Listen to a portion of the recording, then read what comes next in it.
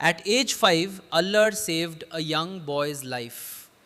10 years later, she became that boy's wife in name only. After the classic case of mistaken identity, her tyrant husband showered his cousin with affection, then turned around and had executed for adultery. But this was all just a story in a novel. Still, the tragic death of the side character Ara had her weeping. It made her sigh. If I were, I would divorce that tyrant Kalin in a heartbeat. She never expected that the very next second she'd wake up in the novel's world as 5-year-old. It was an age where she was completely powerless, but somehow she still ended up tangled with the male lead in this life too. Soon it was 5th birthday party. As the star of the show, she was dressed beautifully, a clear preview of the stunning woman she would become. It was hard to imagine how Kaylin could have been so cruel to a face like hers. Looking at the room piled high with exquisite gifts, couldn't help but burst into tears of gratitude. As an orphan in her past life, she'd never received a single birthday present, let alone such thoughtfully chosen ones. Since I'm enjoying the love meant for the original, she thought, I have to protect her family in her place. Soon enough, her family of 3 made their grand entrance. This was the first public appearance, and being stared at by so many people made her so nervous. She started hiccuping. But with her mother's gentle comfort and her father's warm presence, she managed to get through the opening dance. Just then, Count Valerias arrived with his son Kalin to avoid her fiancé from the original story and escape her terrible fate. All slipped away unnoticed and climbed a tree in the courtyard to admire the view. But she got a little too cocky. The branch snapped and she fell straight down, right into Kalin's arms. Wanting to get away as fast as possible, all muttered a quick thanks and hurried off. Kaylin was left completely baffled by her obvious desire to have nothing to do with him. After leaving, Ara accidentally bumped into another boy. With his fluffy pink hair and cherubic face, he was cute enough to make your heart melt. Just as the boy reached out to grab a giant snail, Ara sharply stopped him. She recognized it as a giant African snail. Highly destructive and infectious, it had no business being here. As she was about to tell an adult, a wad of mud splattered onto her hand. Hey, short stack, get over here and bow to your big brothers. The 2 troublemakers were her cousins from her uncle Luther's side, Matthias and Orion.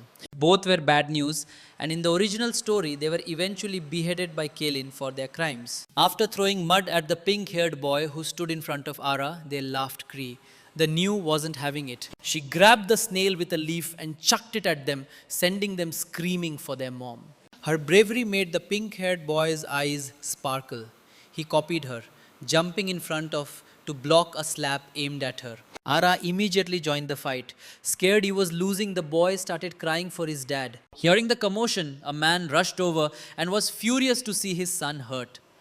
It was only then that realized the boy was Liam, the beloved only son of Duke Astor. He was the original Ara's secret crush for years, the white moonlight of her life, who was tragically killed by Kaylin. Her 2 cousins immediately started playing the victim, blaming Ara for everything. Thankfully, Liam stepped up and explained they had been bullying him and only scared them with the snail to help. The furious Duke Astor instantly decided to switch his fabric business partner. I will not do business with anyone who bullies my son. The boy was crying over a minor scrape, but the girl hadn't made a sound, despite a dislocated bone, even smiling to comfort him. This instantly turned the second male lead, Liam, into her number 1 fan. He ignored his own injuries and insisted on staying as a guest. The doing Duke Astor naturally agreed, thanking Allah and inviting her to join them for dinner. In the original novel, Allah and Liam spent their school days together, but she was too shy to ever confess her feelings. She ended up just watching him enter a political marriage with Princess Helena, her secret love dying with a whimper. If she had just been a little braver, would the ending have been different? From that day on, the two became best friends and inseparable playmates. Allah felt she had successfully distanced herself from the tyrant male lead and was one step closer to the peaceful life she wanted. Little did she know her entanglement with her future tyrant husband had only just begun. Meanwhile, Luther was raging about losing the fabric business, taking his anger out on his wife Liliana. He only stopped when Count Valerius arrived with Kalin. Their daughter Odette, heartbroken to see her mother suffering, urged her to ask her own brother for help. But the love-struck Liliana couldn't imagine leaving her husband. She even poisoned her daughter's mind with ideas that studying is useless. Marrying a good man is all that matters, pointing to Kalin as a prime example. Later, when Kalin spotted the bruises on Odette, Liliana covered for her husband, even using her sibling bond as leverage to ask her brother to help Luther's business. The two kids later found themselves in the estate's greenhouse. Looking at the vibrant, meticulously cared for flowers, Kalin shrewdly noted that his uncle didn't seem to care for his wife or daughter at all. After all, both of them loved the pure white magnolia from the northern tundra. It turned out that because Odette was a girl, she was disliked by her father. Even though she had a talent for business, he had warned her, "Touch those account books again and I'll break your legs." Harlan gave her a magnolia. "You have to fight for what you want." He told her, "When you're truly strong, you'll have the power to speak." His words changed Odette's destiny, and from that moment, their lives became intertwined. The next day, they visited some ancient ruins originally built by King Andros for his beloved queen. The site was later destroyed by rebels, but you could still see its former grandeur. Kalin, however, preferred the vast open tundra of his homeland. Just then, he noticed Ara nearby, taking a trusting leap of faith into Liam's arms. Kalin couldn't help but walk over. "It's been a while, Lady Ala." After introductions, realized that the second female lead, Odette, and the male lead, Kalin, had already connected this early. She definitely needed to stay out of their way. But while she wanted to leave, the puppy dog like Liam wanted to see the main hall, forcing her to be a third wheel. Suddenly, a small green snake shot out of the grass, heading straight for Odette. Kalin quickly jumped in front of her and was bitten. Dark blood immediately started oozing from the wound. Ara knew the snake was venomous. They were in a remote area. A doctor would never make it in time. Ara took charge. She ordered Odette to get help and Liam to fetch clean water. Then, to the boy's astonishment, she leaned down and began sucking the venom from the wound. By the time the doctor arrived, he found that thanks to the prompt and correct treatment, Kalin had only a small amount of residual poison in his system and would be fine after a few days of rest. "Thank you," Kalin said. "I didn't know you knew how to do that." Ara's heart sank. She had sworn to stay away from them, but she couldn't stop herself from intervening. She had to be less impulsive in the future. The day after she returned home, she noticed something was wrong. Her father had a severe cough and a high fever. In the original story, her father died from coughing up blood due to poisoning. Was it happening earlier this time? At her insistence, her father got a checkup.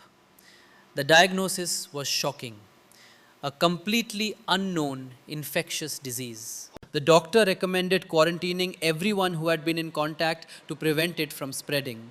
Ara knew that even with modern medicine, curing an unknown disease was incredibly difficult. Here, with their limited medical knowledge, was her father doomed? A few days later, Liam begged his father to let him visit his friend. But because the epidemic at the duchy was worsening to the point that even doctors were afraid to go, Duke asked her, firmly refused. So Liam wrapped himself in some bandages and snuck over to the ducal estate. Luckily, he ran right into Lara. "Don't be scared," he said. "I don't know how to cure sickness, but I asked the sprites to look after you," he explained. An old imperial legend.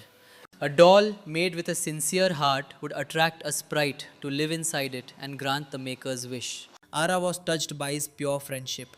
The next moment, Kalin arrived with the Dr. Alistister. It turned out Kalin had pleaded with his father, and the Count, feeling indebted for his son's life being saved, agreed to send the doctor. It was a lifeline for the Duchy.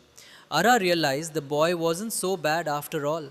"Thank you," she said. Your leg hasn't even healed yet. You should go back and rest. Liam tried to sneak in to help, but Duke Astor had already caught up to him. The most important thing now was to find the source of the infection. They heard her uncle's two troublemaker sons were also sick. Then Dr. Alistair accidentally stepped on a giant African snail, and Ara had a realization. Maybe this was the culprit behind the whole epidemic. A few days and hundreds of experiments later, Ara and Dr. Alistair finally created an antidote. She immediately gave it to her father, and just as she'd hoped, he made a swift recovery. The crisis at the duchy was over. Now it was time to find the mastermind. Normally, only the procurement staff or high ranking servants would have the opportunity to poison them. She got the entry and exit logs for the past month from the guards and found unhatched snail eggs. But just then, a figure appeared behind her, ready to attack. In the nick of time, Calin appeared and wounded the attacker with his sword. But the culprit managed to escape. Ara had an idea. She gathered all the servants and told them about the attack, lying that the sword was coated with a special poison that would kill the attacker by nightfall without an antidote. However, if the person confessed, she might show mercy. A red-haired maid panicked and ran to her co-conspirator for the antidote, only to have him grab her by the neck, ready to silence her forever. But at that moment, the Duke appeared with his men. The maid Martha, the Duchess's personal attendant, tried to appeal to their history. Her brother was in debt, and a man had offered her a large sum of money to release the snails. The Duke instantly recognized the man as Tristan, his brother Luther's trusted butler, whose hometown was known for producing these snails. Why would you do this? Did my brother Luther put you up to it? The man insisted he acted alone, claiming he did it out of anger over the lost fabric business. Then he threw himself onto the Duke's sword, a clear sign he was taking the fall for someone else. The true mastermind was obvious. This smooth victory was thanks in large part to Caelin's help. He had come to say goodbye. The Count had matters to attend to on the tundra, and they were leaving the next day. Calin hoped she would see him off. Ara, still determined to keep her distance, lied that she would be busy, but he saw right through it. Whatever I did, I hope you'll tell me so I have a chance to apologize and make it right. He said, instead of just pushing me away for no reason. All couldn't possibly tell him the truth, that he would become a bloodthirsty tyrant and kill her since it hadn't happened yet. The Kalin standing before her had saved her. Her weariness suddenly felt a bit unfair. Seeing her struggle, the boy didn't press further, only asking to see her one last time before he left. The next day, as they were preparing to depart, Caelan kept looking around for her. Just as he was about to give up hope, he heard her voice. I brought Dr. Alice Tester back, so I thought I'd stop by to see you off. Even though her excuse was flimsy, Caelan was overjoyed. He pulled out a necklace he had prepared as a farewell gift. It was made from a rare frost stone found only on the highest peaks of the tundra, which he had mined and crafted himself. Ara noticed Oded glaring at them and quickly tried to return it, terrified of getting between them. Just then the butler Hansen rushed over.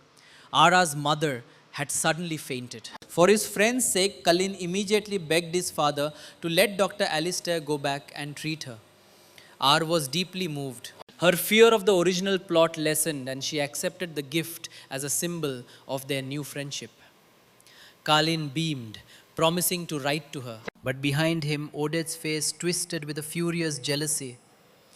Ara rushed back to the manor with the doctor, only to find out her mother had fainted because she was pregnant and a little weak. Ara was so happy, she wished out loud for a little brother to inherit the title, so she could just relax and live a carefree life. But then she remembered the original plot. Her mother grew weaker throughout her pregnancy and died from exhaustion shortly after giving birth. Her widowed father then married Calin's mother. Strangely, Dr. Alistair said her mother was perfectly healthy now. Was the danger during childbirth? Something was very wrong and she had to be prepared. She asked Dr. Alistair to take her on as an apprentice so she could learn medicine and personally care for her mother. A few days later, while trying to make a calming potion by herself, there was a huge explosion. She thought she was done for, but the next second, a cool sensation flowed from the froststone necklace into her body, awakening her magical power. In the original story, Ara never awakened her magic, which only made her tyrant husband value her even less. To awaken it so early in this life was a blessing in disguise. Still, her father was terrified and forbade her from doing any more dangerous experiments, though he eventually gave in to her pouting. When she calmed down, realized something was odd. The fire lizard powder she'd used had been treated and shouldn't have caused such a big explosion. Who was behind this? A few days later, a letter from Liam arrived. When she opened it, an image of the boy appeared, chattering away adorably. It's my birthday next month. Can you come to my party? Of course, Ara was happy to go. She hadn't really traveled since coming to this world, and it was a good chance to experience a pleasant rainforest climate. Later, Liam asked about everything that had happened at the Dutch, from the plague to the explosion to her mother's pregnancy. Thinking about her mother's faded death, felt that all these events had to be connected. Maybe she could find a clue by investigating the deceased butler, Tristan. His house was near the commercial district, so she used the excuse of buying a birthday present for Liam to go search for clues, hoping nothing had been disturbed. But as soon as she arrived, she ran into Odette. After a few awkward pleasantries, the silence was deafening. Tried to leave, but Odette stopped her. Have you heard from Kalin? He said he was going to write to you. Ara understood immediately she was jealous. He was just being polite because I saved his life, she said. We haven't been in touch at all. Deciding to play matchmaker and clarify her own position, took off the frost stone necklace when Odette mentioned it and handed it over. She thought this would win her some goodwill and push the two of them together. But Odette saw it as an act of charity and resented her for not valuing Kalin's gift. Soon reached Tristan's house and started searching for any shred of evidence. She found nothing by nightfall. Just as she was about to leave, a hidden compartment clicked open and a stack of documents slid out. A few days later, Kalin received a letter from Odette. He looked visibly annoyed and uninterested until he read a part about Ara. She gave me the froststone necklace you gave her. She said it was too ugly and she didn't like it, but I love it. Furious, Kalin crumpled the letter and stormed out. Ara, oblivious, was examining the documents. They were written in a code she couldn't understand. Her father recognized it as a cipher that required a key to translate. The person behind it must have destroyed the key, which is why they hadn't bothered to destroy the letters. He took on the task of decoding them and shared some good news. In a few days, they would be traveling to the Tills forest for Liam's birthday, and their route would take them through the frost-wind tundra. All groaned internally. That meant she would see Kalin. She had just promised the female rival she would keep her distance, and now she was being forced to see him. She tried to use her mother as an excuse to stay behind, but her father insisted she come. Since she couldn't get out of it, she'd just have to play it by ear. A few days later, they arrived at the Frostwind tundra. Ara met the Countess Sana, Kalin's mother and her future stepmother in the original story, for the first time.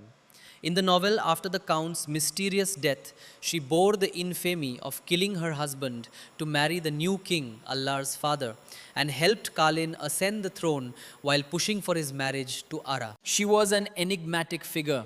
Just then, Kalin appeared. Ar greeted him cheerfully, but he gave her the cold shoulder. What's wrong with you? You look like such a sour puss. Helen ran off in a huff, but didn't think much of it. Unfortunately, Sana saw the exchange and took an immediate dislike to her. That evening, while showing to her room, Sana apologized for her son's behavior. But her words were dripping with sarcasm, probably just a little stressed. We've been busy looking for a princess for him to marry. After all, a duchess's daughter is still a bit beneath his station. R caught the jab instantly and played along. Kalin doesn't say a word all day, and his face is like a block of ice. Wouldn't a princess freeze to death with him? But I'm just an inexperienced duke's daughter. I'm sure there's some princess out there who won't mind. Sana was left seething but couldn't say a thing. The next day, the two kids ran into each other again. Kane was waiting for her to apologize, but Alara acted like she didn't even see him and walked right past. Just as he was about to ask what was wrong, the butler announced, Lady Liliana and Miss Odette have arrived. The Count requests your presence to greet them. Kalin couldn't focus on anything they were saying. Even when he was alone with Odette, his mind was elsewhere. Kalin, what are you thinking about? About is she here too? You care about her that much? Why would I care about that rude girl? Odette, thinking Kaylin disliked, happily toyed with the necklace. But Kaylin immediately wanted it back. That necklace doesn't suit you. I'll have the butler find you something more valuable. He practically ran off, not giving her a chance to refuse. Odette chased after him frantically, only to collide with Ara around a corner. Realizing Lara hadn't heard their conversation, she put on an act, pretending to be very close with Kalyan. I don't get to visit often, and I'd like to spend some time with my cousin. You won't be joining us, will you? Got the hint and quickly promised not to interrupt them. She took the library key and happily went off to find a way to decode the letters.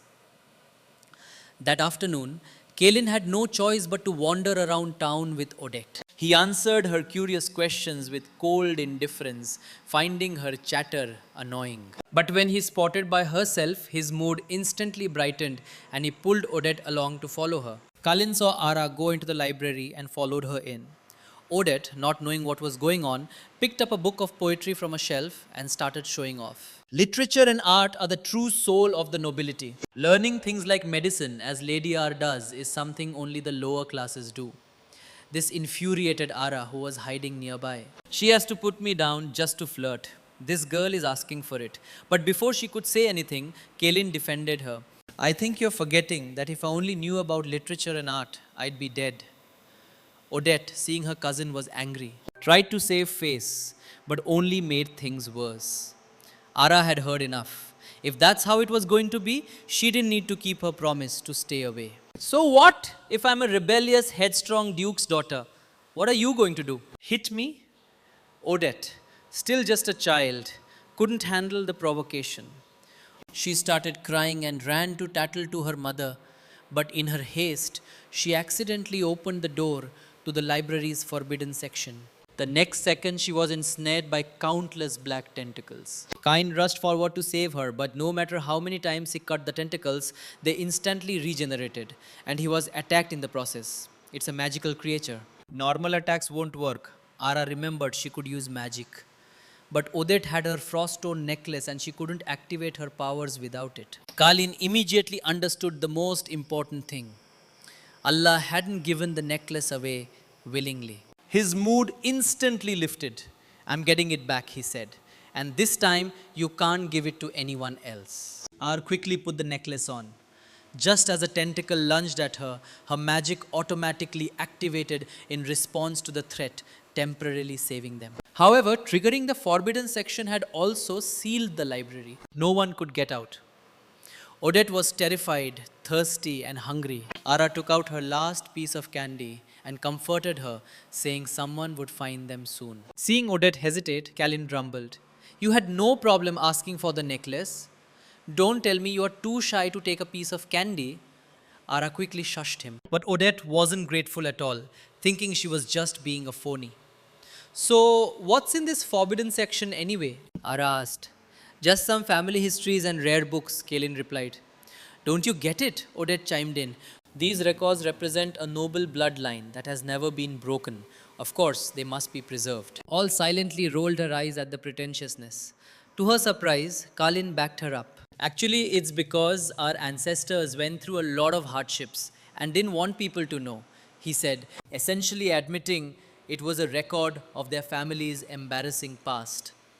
But to pass down valuable lessons to future generations, they wrote it all down. How they survived a forest ambush using the climate and terrain. How they drew water from plants in the desert. The two of them chatted happily, leaving Odette to sulk in the corner. Night fell and still no one had come for them. Odette finally collapsed from a fever. We can't just wait here. Is there a secret passage out? Allah asked. There's a secret passage in the forbidden section, Kalin said, but only family members know where it is. I'm still too young, so my father hasn't told me. An idea sparked in Ara's mind. She arranged the flags on a map according to the routes described in the family history, and sure enough, a hidden exit opened. Odette, lying on the floor, thought she was going to be left behind. But the hand that reached out to help her belonged to the very person she had been targeting, Ara. After being trapped in the library, Ara's clever escape earned her praise from all the parents. She had once again saved Kalin's life, and in doing so, was given the book she needed to decode the ciphers. Odette, on the other hand, was in a terrible position. Not only was no one concerned about her fever, but her mother also called her a fool. It's no wonder no one likes you. Now go drink your medicine before you get your brother sick. Standing alone by the window, her spirit crushed, Odette saw happily interacting with her father. The warmth and affection between them was something she had never experienced. A few days later, the group arrived at the Tills forest. The two long lost friends, Ara and Liam, hugged tightly, talking about how much they missed each other. Cain felt a pang of jealousy, but then he got an enthusiastic hug too, which made his skin crawl. Liam proudly introduced them to his mother. These are the friends I went through life and death with. Both Kaylin and Alara looked on with exasperated fondness. The next second, Liam slapped a big gold chain around their necks, engraved with the venomous viper squad, and revealed he'd even had matching uniforms made, except for the ladylike Odette, who refused to join. The enthusiastic Liam tried to get everyone to train with him every day, starting with Kaylin. He was clearly reluctant, but after days of pestering, Kalin finally lied and said he was the squad's secret weapon and would train in secret to keep his skills hidden. The naive Liam actually believed him. Ara saw right through the excuse. I feel like Kalin and I have grown distant, Liam said sadly. I wish we could be closer. Ara thought that if the two of them could become friends, she might be able to change Liam's fate of being killed. She suggested organizing an activity to bring them together. Liam immediately thought of the upcoming Junior Nobilities Field Hockey Tournament. A team sport would be perfect. On the day of the match, Kaylin and Liam had excellent teamwork. But at match point, her two troublemaker cousins played dirty, ganging up to injure Kaylin, then acting smug about it. Watching from the stands was furious and swore she would get revenge. Later, she prepared 2 bottles of ice-cold Salani nectar. It sounded delicious and her cousins immediately snatched them. Liam was angry, but usually so quick to retaliate, didn't seem to care. Sure enough, a few minutes later, a swarm of bees descended on the two boys. Watching them get stung until their faces swelled up, couldn't help but laugh. This, they yelled. Do you have any proof? I'm telling my dad you framed me, just a girl. Once your mom has a son, your dad won't want you anymore. Actually, your mom is so weak, they'll probably both die in childbirth and will inherit everything. Hearing her mother curse to die, Alara's magic flared. She launched an attack at her cousins. Apologize to my mother or I'll rip your mouths off. The commotion quickly drew the parents over. The cousins immediately played the victim. And without getting any facts straight, their mother Liliana went to slap. The Duke caught her hand just in time. Let's figure out what happened before getting physical. What's there to figure out? When a noble child awakens their magic, they're supposed to be sent to the Royal Academy. You hit her at home. You're an accomplice. Ara explained that her magic awakened by accident during an experiment and that she couldn't control it well. Then she recounted how her cousins had nearly broken Kalin's leg and cursed her mother. The Duke was enraged. Even if they were children, he wouldn't let it slide. The situation grew tense. Odette regretted following them, terrified she'd get in trouble for not helping her brothers. The next second, she stepped on a twig, drawing everyone's attention. You saw everything, didn't you? Tell them was bullying your brothers, Liliana demanded. Odette didn't want to lie for her brothers, but her brother grabbed her by the hair. Tell our mother the truth. Mommy doesn't like liars. Odette knew if she said anything against her brothers, her mother would make her life miserable. She had no choice. She was sorry, Ara. My brothers didn't curse the Duchess. Ara was bullying them. Liliana immediately grabbed Ara by the neck, calling her a monster and threatening to send her to the House of Penance. The Duke stepped in to stop the madness. Ara happily ran to her father, only to hear him scold her. You've really been spoiled. Ara tried to explain, but her father said he didn't want to hear her excuses. The words cut deep. Why was it that in every life she was always the one being punished? In reality, the Duke had a reason. To save his daughter from the House of Penance, he had to pretend to punish her to plate Liliana while he found proof to clear his name. He ordered the guards to lock the gates, letting no one in or out, then rushed off to investigate. That night, her two friends snuck in through the window bringing snacks. Ara was so touched, she burst into tears. The innocent Liam thought she was sad because her pastries were crushed, but Cain knew they were tears of injustice. The only way to clear her name was if her cousins confessed, which was obviously not going to happen. It'll be terrible if your aunt Liliana actually sends you to the house of penance, Kalin said grimly. It was a subordinate organization of the Royal Academy. Noble children were typically sent to the academy at age 6 to awaken their magic under supervision.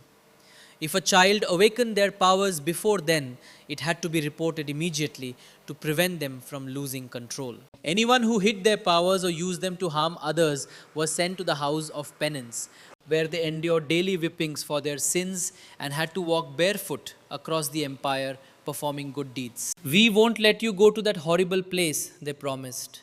Just wait, we'll clear your name. That night, the two boys disguised themselves as adults and went to the black market where they were immediately spotted. Gentlemen, looking for some growth potions? We have everything. Liam's eyes lit up. Can it make me taller instantly? Quiet, don't ask. We are here for truth serum.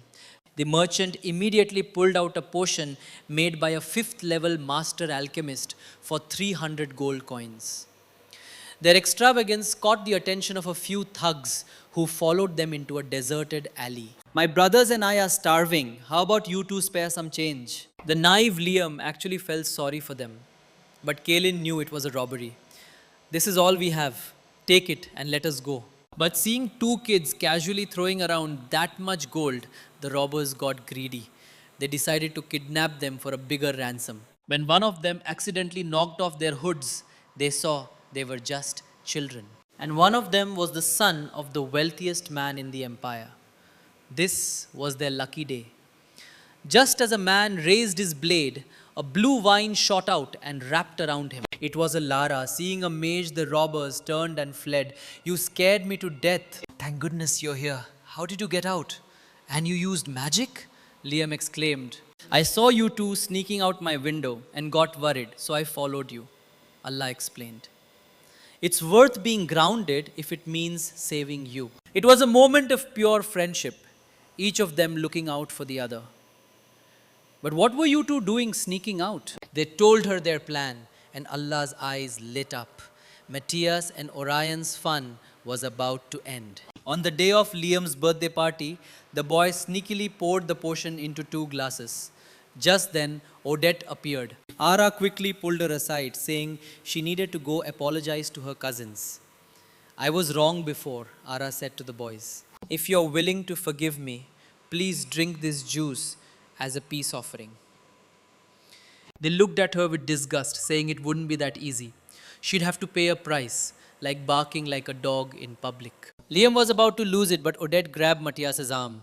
The 3 of them tensed, afraid their plan was about to be exposed. To their surprise, Odette just told her brothers to let it go for now and get even later. As the 2 boys tipped their heads back and drank, the 3 little conspirators breathed a sigh of relief. But as Odette walked away, she turned and gave them a subtle gesture. She had known about their plan all along. Soon the party officially began. Matthias presented his gift and Liam started his performance. Ara was so cruel, he said dramatically. How could she use magic on innocent people like you?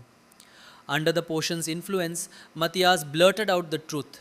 Of course she did it to get revenge for her mom. You should have seen her face when we cursed her mother to die in childbirth. It was hilarious. The tables turned instantly. Liliana tried to stop him, but it was too late. Why would you do that? Liam asked. Because she wanted to be a hero and get revenge for them, Orion added. So, what if we bumped into Kalin? It's not like his leg was broken. Liliana shrieked that her sons must be cursed, that her sweet boys wouldn't even hurt an aunt. But they kept spilling secrets. We are not weaklings. Last month, we pushed Mr. Thompson into the river and made that commoner drink muddy water. It was so funny. The entire hall fell silent. Liliana still refused to believe it, instead accusing Ara of using magic to harm her sons and threatening to report her to the House of Penance. The Duke immediately produced the letter from the Royal Academy explaining that Allah's magic had awakened by accident. Because the Duke had donated a large library to the school, the Academy was willing to be lenient this one time. With the threat of the House of Penance gone, the Duke wasn't about to let the people who cursed his wife and framed his daughter off the hook. The two boys, terrified, begged for forgiveness. The Duke used the opportunity to warn them that if they ever bothered Ara again, it wouldn't end so simply. Luther, afraid of completely losing his chance to inherit the title, could only tuck his tail between his legs and leave. With that, the misunderstanding between father and daughter was resolved, but was hit with some bad news. She had to go to the academy right after the birthday celebration. The application has already been submitted. Her father said, "You have awakened your magic. You'll be punished if you don't go." Ara was worried about her pregnant mother, but the Duke, thinking she was just afraid of being lonely, arranged for Callan and Liam to go with her so they could keep each other company. Odette was incredibly envious. She knew the academy's tuition was expensive and her mother would never agree. Liliana only wanted her to learn ladylike skills so she could marry a nobleman and pave the way for her brothers. Ara sensed Odette's longing. Since Odette had helped her earlier, it was time to return the favor. The next day hosted an afternoon tea and invited Callan's and Liam's mothers, positioning the two boys to be sparring with swords nearby. She then brought up the topic of their future partners. Both mothers agreed their sons needed a proper lady as a wife to be a good helpmate. Liliana immediately pushed her daughter forward, boasting that she was the most accomplished lady. Chimed in. She saved Kalin with her calm demeanor, has an excellent memory for accounts, and even helps her brothers with their homework. She's a model for all noble girls. Isn't that right, Aunt Liliana? Of course. When she goes to the Royal Academy, she'll definitely outshine me. That's for sure. Odette would be a top student at the academy. So, you're agreeing to let Odette attend? Odette finally realized was trying to help her. Meanwhile, the two boys who had been holding their poses were starting to cramp up. Seeing things weren't resolved, they resorted to their last ditch plan. Liam threw himself on the ground and started throwing a tantrum, demanding that Odette go to school with them. Duke Esther's wife, who spoiled her son rotten, immediately said, "For families like ours, it's unheard of not to send our children to the academy. Right, Liliana?" Cornered, Liliana couldn't say anything more, though she was secretly pinching Odette under the table. She verbally promised to send her. That night received a rare book on code rebreaking. She thought it was from Kalin, but inside she found a thank you note. It was obviously from Odette. What a stubborn person, Nara thought. On the first day of school, parents gave their children last-minute advice and tearful goodbyes. Only Odette stood alone. Ara was busy telling her father to take good care of her mother, check everything she came into contact with, and write to her every day when she learned there was an entrance exam. Regular children who failed would be sent home, while those who had already awakened their magic would have to repeat the year. Ara was furious. How could they not tell her something so important? At the exam site, the task was to obtain a seal of approval from 3 senior students or teachers within 5 days. They would work in teams of 4, and any seal obtained would count for the entire team. Liam cheerfully thanked an old woman, only to be hoisted into the air by vines the next second. "I am only 92. You will call me Miss Viola," she screeched. All sighed, but politely asked Miss Viola to let her friend go. Before leaving, the woman warned them.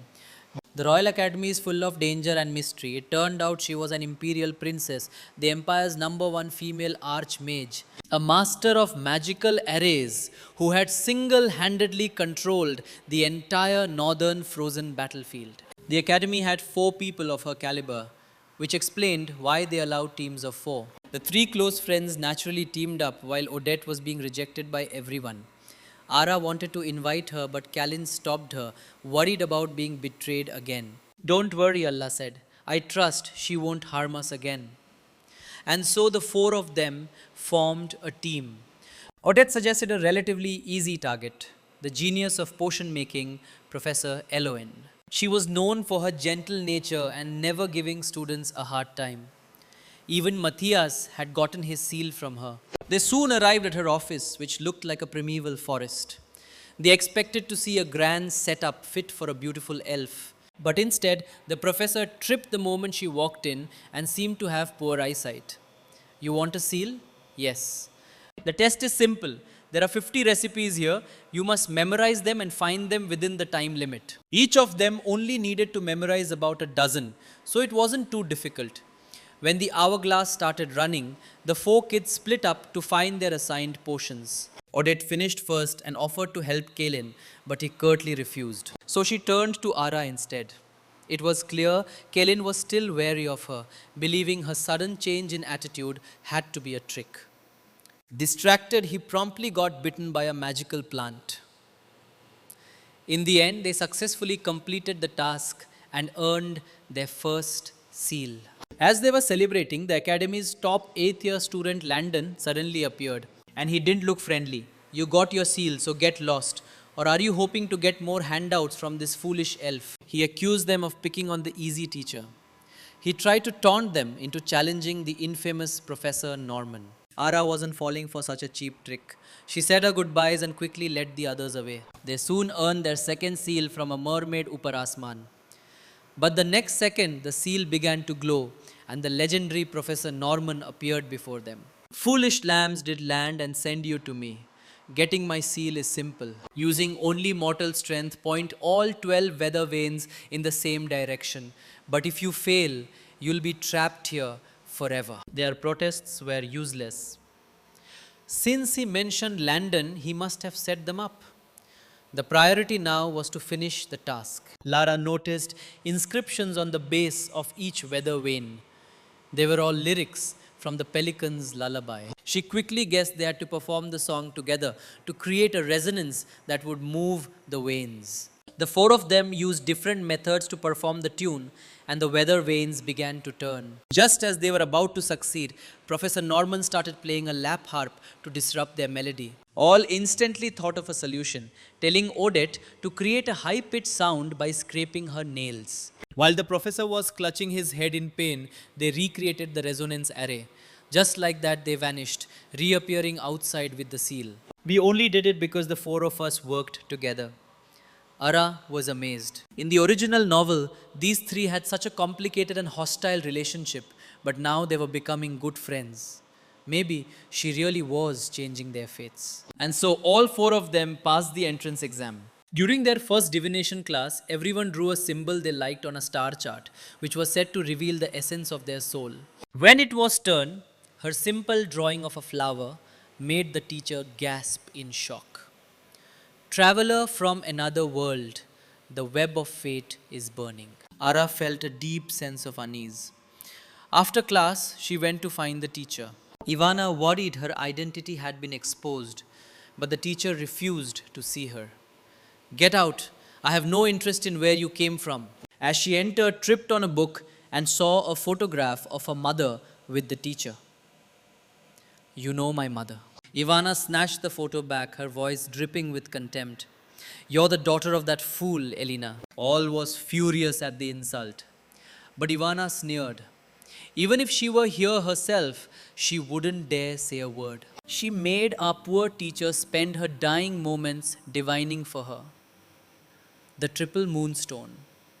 The night Andale pecks the sacred egg. She will soon reap what she has sown. With that, Ivana shoved Ara out of her office.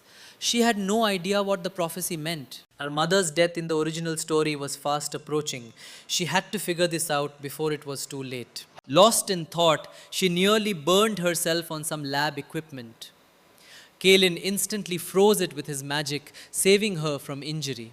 His instinctive touch and worried gaze made both their hearts flutter.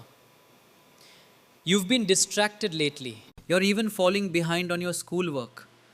He was about to offer his notes, but Odette beat him to it. As flipped through Odette's notebook, she saw a drawing of a knight Andale. When she asked, she learned it was the family crest her father Luther had commissioned. Could the knight Andale in the prophecy be her uncle Luther? Ara guessed the sacred egg was her mother's unborn child, and the evil nightingale was her uncle Luther. To be sure, she needed the teacher's help. On the outside, Ivana was as cold as ice, but on the inside, she was completely charmed by Ara's cute determination. How did they even invent something this adorable? She thought. I'm sorry. I don't have any money right now, Ara said, but if you agree, I'll find a way to get you whatever you want. As it happens, I need a drop of dawn's tear. It's the first drop of dew that falls at dawn from the moonlight cornflower. The headmaster grows at the top of the bell tower. Steal it for me, and I'll answer your questions. Ara immediately agreed. Hiding inside a suit of armor, she snuck past guards under the moonlight and finally reached her destination. But there was nothing there except a giant bell with an inscription. The most beautiful garden is in a pure heart. Had she been tricked? Did the teacher never intend to help her? Was she doomed to watch her mother die in childbirth just like in the novel? The thought of losing the family she had just found filled her with despair. Just then, Liam appeared. What are you doing here so late? He asked. All spent up emotions burst forth. She tearfully explained she was looking for something but had been deceived. Liam gently shrugged her head and told her the story of the gardener and the stars. Once there was a gardener who bought seeds that were said to grow stars. Everyone told him they were just ordinary rocks. But the gardener didn't believe them and took care of them every day. Finally, one day the seeds sprouted and grew into real stars. So don't give up easily. No matter how hard it is, I believe you can do it. Ara knew Liam was just trying to comfort her. She hadn't believed in fairy tales since she was 5. But to her astonishment, a door suddenly appeared in the bell tower. The next second, they were standing in a sea of flowers. Overjoyed, Alara took out a vial and focused intently, terrified of missing the first drop of dew. The beautiful sight made Liam's heart pound. In her nervousness, Ara nearly slipped, but Liam caught her just in time, and she successfully collected the dawn's tear. Ara couldn't help but blush. But the most important thing now was getting the teacher to interpret the prophecy. Charmed, Ivana kept her promise. The nightingale is a sign of evil, pointing to a blood-related man. The sacred egg represents a new life. As she was about to continue, the crystal ball suddenly exploded. It was a sign that Elena was destined to die on the night of the eclipse, taking the child with her, disappearing from this world forever. Ara knew this was the ending from the original novel. But then the teacher added, "Fate is a revolving wheel. Perhaps only a visitor from beyond the stars can break this eternal cycle."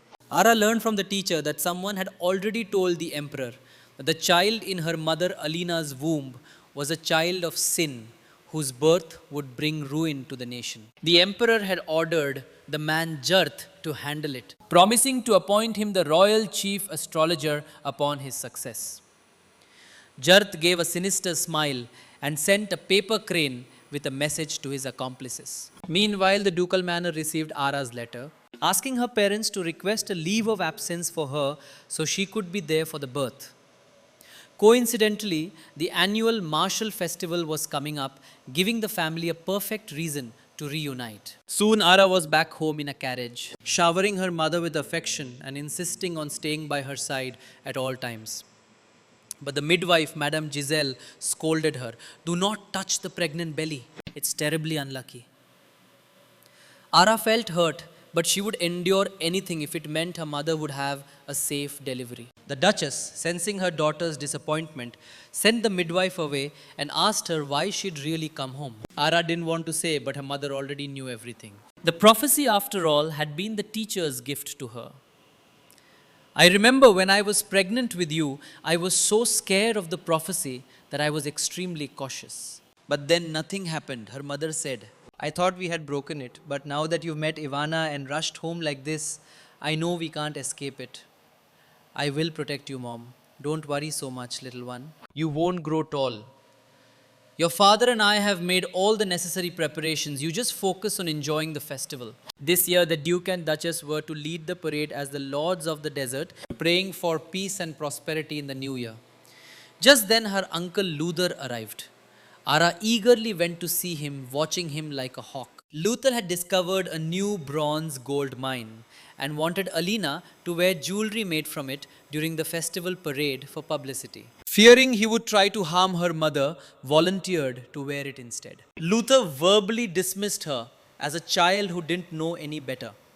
But strangely, a triumphant smile flashed across his face. Meanwhile, Luther's wife Liliana was pestering Alina, giving her a precious royal snow blossom nectar and saying it was good for both mother and child. Alina drank it without suspicion and Liliana smiled wickedly. When found out, she was terrified. She asked her mother for a cup, and after tasting it and saying how good it was, she took the rest of the nectar, planning to have it tested for poison.